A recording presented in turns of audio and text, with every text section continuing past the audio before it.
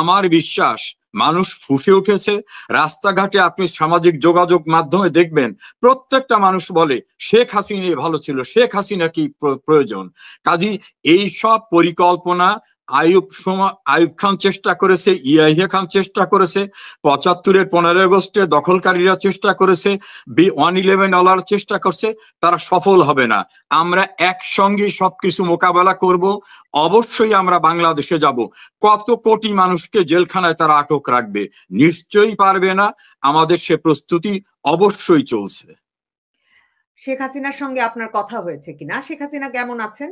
কৌতূহল থেকে জিজ্ঞেস করলাম। শেখ হাসিনার সঙ্গে কি মানে আপনি কি দেখতে পেয়েছেন তাকে ৫ই আগস্টের পর? বিভিন্ন সময় তিনি অনলাইনে যুক্ত হয়েছেন। কিন্তু সাধারণের তাকে এখনো দেখবার কোনো সুযোগ হয়নি। তিনি ভিডিও কলে যুক্ত হননি। সেই কৌতূহল থেকে জিজ্ঞেস করলাম, সাংবাদিক হিসেবে কৌতূহল। এবং আরেকটা প্রশ্ন হচ্ছে যে আপনাদের দলীয় সভাপতির নির্দেশনা কি আপনাদের প্রতি এখন?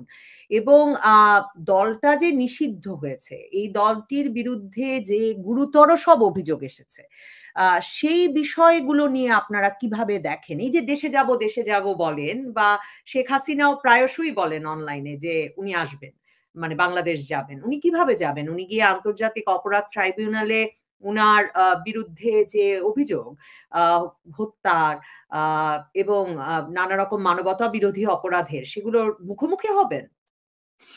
দেখুন, আমি হাসি সংবরণ করতে পারিনি, খুবই দুঃখিত যে উনি আন্তর্জাতিক ট্রাইব্যুনালে বিচারের মুখোমুখি। আমি দেখলাম chief prosecutor advocate Mohammad Tajul Islam প্রথম দিনে তদন্ত রিপোর্ট পড়ার সময় বললেন যে তদন্তে পাওয়া গেছে শেখ হাসিনা ফোন করে বিভিন্ন জায়গায় বলছেন মেট্রো রেলে আগুন দাও, পদ্মা সেতুতে আগুন দাও, বিভিন্ন জায়গায় আগুন দাও। আগুন যারা দিয়েছে তারা নিজেরা বলতেছে আমরা আগুন দিয়েছি, আর কোর্টে রিপোর্টে বলা হচ্ছে শেখ হাসিনা ফোন করে আগুন দিতে বলেছে। এই জাতীয় হাস্যকর গল্প, আরব্য রজনীর যে উপন্যাস, সেই উপন্যাসের কাহিনীকে হার মানাচ্ছে এমন একটা বিচার প্রক্রিয়াকে আমরা বিচার প্রক্রিয়া দেখি না। আমরা ওটাকে দেখি মহান মুক্তিযুদ্ধে যারা যুদ্ধ অপরাধী, মানবতা বিরোধী অপরাধী, ধর্ষক, হত্যাকারী, নাশকতাকারী, তাদের যে বিচারের ম্যান্ডেটটা মানুষ শেখ হাসিনাকে নির্বাচনের সময় দিয়েছিল, সেই বিচারটা তার সরকার আয়োজন করেছিল in due process of law, proper কোর্টে, তারপরে অ্যাপিলেট ডিভিশনের সুযোগ, রিভিউ করার সুযোগ, রাষ্ট্রপতির কাছে ক্ষমা চাওয়ার সুযোগ, ট্রান্সপারেন্ট ওয়েতে উনি যে বিচারটা করেছিলেন যেটা ইন্টারন্যাশনালি অ্যাপ্রিসিয়েটেড, সেই বিচার করার প্রতিশোধ নেবার জন্য আজকে একটা সাজানো নাটকের মতো করে শেখ হাসিনাকে সাজা দেবার জন্য একটা ট্রাইব্যুনাল তৈরি করা হয়েছে। এবং সেখানে বিচারক set up, lawyer set up দেখেই আমরা বুঝতে পারছি এটা বিচার নয়, এটা হলো পূর্বে যুদ্ধ অপরাধীদের বিচারে প্রতিশোধ নেওয়ার একটা প্রক্রিয়া। কাজী সেটা কোনোভাবেই তারা সফল হবে না। আমরা সেটাকে মোকাবেলা করব ইনশাল্লাহ। দ্বিতীয় হচ্ছে, আপনি যেটা বলছেন মাননীয় প্রধানমন্ত্রীর সঙ্গে আমার যোগাযোগ রয়েছে, ভিডিও কল আমরা কখনো করি না। এবং মাননীয় প্রধানমন্ত্রী বিভিন্ন সময় নির্দেশনা দেন যে স্ব এমপিরা নিজ এলাকায় কর্মীদের সুসংগঠিত করতে হবে, কিভাবে আমাদের কাজ করতে হবে, কোনো সহিংসতা নয়, তবে গণতান্ত্রিক এবং কনস্ট্রাকটিভ উপায়ে আমাদের সবাইকে ঐক্যবদ্ধ করে প্রতিরোধ গড়ে তুলতে হবে। সেভাবে তিনি বিভিন্ন নির্দেশনা দেন। সেই নির্দেশনা শুধু আমাদের বিচ্ছিন্নভাবে না, এক একটা গ্রুপ করে, টেলিগ্রাম গ্রুপ করে, বিভিন্ন গ্রুপ করে প্রতিটি জেলায় প্রতিটি কমিউনিটিকে, লয়ার কমিউনিটি, সাংবাদিক কমিউনিটি, দলের নেতৃবৃন্দ সবখানি তিনি সক্রিয় আছেন। এবং ওনার সঙ্গে কথা বলে, ওনার অ্যাক্টিভিটিস দেখে আমার বিশ্বাস জন্মেছে যে আমাদের চেয়ে অনেক বেশি প্রাণ অফুরান শক্তির অধিকারী উনি। এবং ওনার দৃঢ়চেতা যে মানসিকতা, ওনার যে অদম্য বিশ্বাস এবং শক্তি, আর ওনার যে দূরদৃষ্টি, অতীতে আমি খুব কাছের থেকে ওনাকে দেখেছি। ইনশাল্লাহ ওনার পরিকল্পনা উনি সফলভাবে করতে পারবেন, এটা আমার বিশ্বাস। উনি নেতা কর্মীদের যেভাবে অ্যাডভাইস করা দরকার, কারণ আওয়ামী লীগের প্রাণ শক্তি তো শেখ হাসিনা, উনি সেভাবেই কাজ করছেন, সেভাবেই আমাদেরকে পরামর্শ দিচ্ছেন। উনি খুবই ভালো আছেন।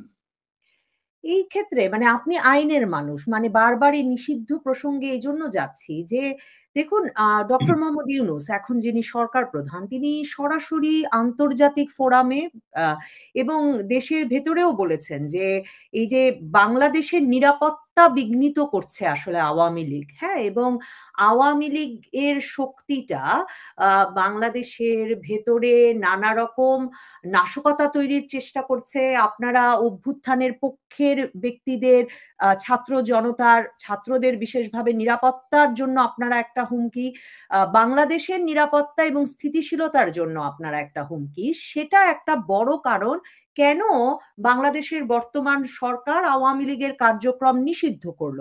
তো আপনারা সেটা না শুনে এই যে দলটাকে ক্রমাগত সংগঠিত করার চেষ্টা করে যাচ্ছেন, কিংবা বাংলাদেশে বিচার প্রক্রিয়াটা শেষ হওয়ার জন্য যথেষ্ট সময় দিচ্ছেন না। এটা কি মানে আপনি আইনের লোক, আপনার কাছে সঙ্গত মনে হচ্ছে কিনা?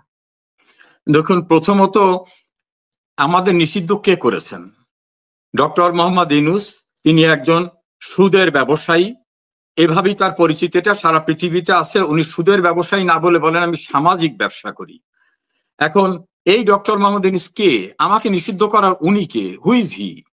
আমার দেশের সরকার প্রধান, মানে একটি অভ্যুত্থানের পর ছাত্র জনতা বা বাংলাদেশ সেনাবাহিনী, মানে আমি মনে করি যে এই সকল পক্ষ মিলে যে সরকারটি গঠন করে দিয়েছে, সেই সরকার প্রধান ডক্টর মোহাম্মদ ইউনূস।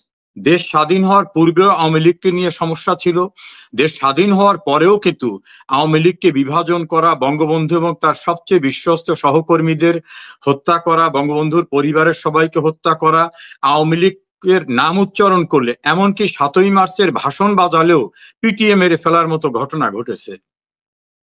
সেই পরিস্থিতি মোকাবেলা করে কিন্তু আওয়ামী লীগ ঘুরে দাঁড়িয়েছে বঙ্গবন্ধু কন্যা শেখ হাসিনার নেতৃত্বে। তো সেই অবস্থার চেয়ে খারাপ অবস্থা এখন না। বঙ্গবন্ধু তার পরিবার হত্যা, তার সহকর্মীদের হত্যা, রাস্তাঘাটে কোথাও দল করা যাবে না, পিটিয়ে মেরে ফেলা। আজ তো বঙ্গবন্ধু কন্যা আওয়ামী লীগের প্রাণ যিনি শেখ হাসিনা, তিনি বেঁচে আছেন, আওয়ামী লীগের নেতৃবৃন্দ বেঁচে আছেন। হয়তো ধরেন প্রায় ১১০ জন এমপি কারাগারে আছেন, ৩৮ জন মন্ত্রী পদমর্যাদার কর্মকর্তারা কারাগারে আছেন, আমাদের ৩,৬০,০০০ নেতা কর্মীরা বিভিন্ন পর্যায়ের কারাগারে আছেন। এই পরিস্থিতির ভিতরেও কিন্তু আওয়ামী লীগ বিভিন্নভাবে সুসংগঠিত হচ্ছে। কাজে আওয়ামী লীগ যে নিষ্ক্রিয় হয়ে যাচ্ছে, এই অভিযোগটা সত্য না, ধারণাটা ঠিক। ডক্টর মোহাম্মদ ইউনূস, যিনি এখন রাষ্ট্র ক্ষমতা দখলে আছেন, তিনি ক্লিনটন ফাউন্ডেশনে নিজেই বলেছেন যে হঠাৎ করে এটা কোনো ঘটনা না, মেটিকুলাস ডিজাইন করে দীর্ঘদিনের ধারাবাহিক পরিকল্পনার মধ্য থেকে তারা শেখ হাসিনাকে স্থানান্তর করতে সক্ষম হয়েছেন। এবং তার যারা নিয়োগকর্তা অর্থাৎ ছাত্র নেতারা, তারা বিভিন্নভাবে বিভিন্ন ফোরামে, টেলিভিশন, বিভিন্ন জায়গায় বলছেন যে আমরা শেখ হাসিনাকে উচ্ছেদের জন্য পুলিশ হত্যা করেছি, মেট্রো রেলে আঘাত করেছি, বিভিন্ন সরকারি স্থাপনায় আগুন দিয়েছি। তাহলে এইগুলো ছিল অসাংবিধানিক কাজ। অসাংবিধানিক কাজ যারা করবেন, তাহলে আমাদের কনস্টিটিউশনাল ডিক্টাম কি? কনস্টিটিউশনাল দায়িত্ব হচ্ছে একটি সরকারের দেশের মানুষের জীবন সম্পত্তির নিরাপত্তা নিশ্চিত করা। যখন ল এনফোর্সিং এজেন্সি দেখছে যে সরকারের বড় প্রতিষ্ঠান, সরকারি নেতা রাষ্ট্রের প্রতিষ্ঠান ভেঙে ফেলা হচ্ছে, পুলিশকে হত্যা করা হচ্ছে, বিভিন্ন জায়গায় আগুন দেওয়া হচ্ছে, তখন কিন্তু আত্মপক্ষ সমর্থনের জন্য তাদেরও সুযোগ রয়েছে ওই সকল ঘটনা যারা ঘটাচ্ছে, নাশকতা করছে, তাদেরকে প্রতিরোধ করার জন্য বিভিন্ন ব্যবস্থা নেওয়া। যখন তারা দেখছে যে পুলিশকে মেরে টাঙিয়ে রাখছে, তখন কিন্তু তাদের উপরে যে হামলা, সেই হামলা রক্ষা করার। দ্বিতীয়টা হচ্ছে তারা নিজেরাই স্বীকার করতেছে বিভিন্ন ফোরামে যে এই মৃত্যু তারা ঘটিয়েছে, ফলে আমরা যে ঘটিয়েছি সব মৃত্যু, এই অভিযোগটা আদৌ সত্য নয়।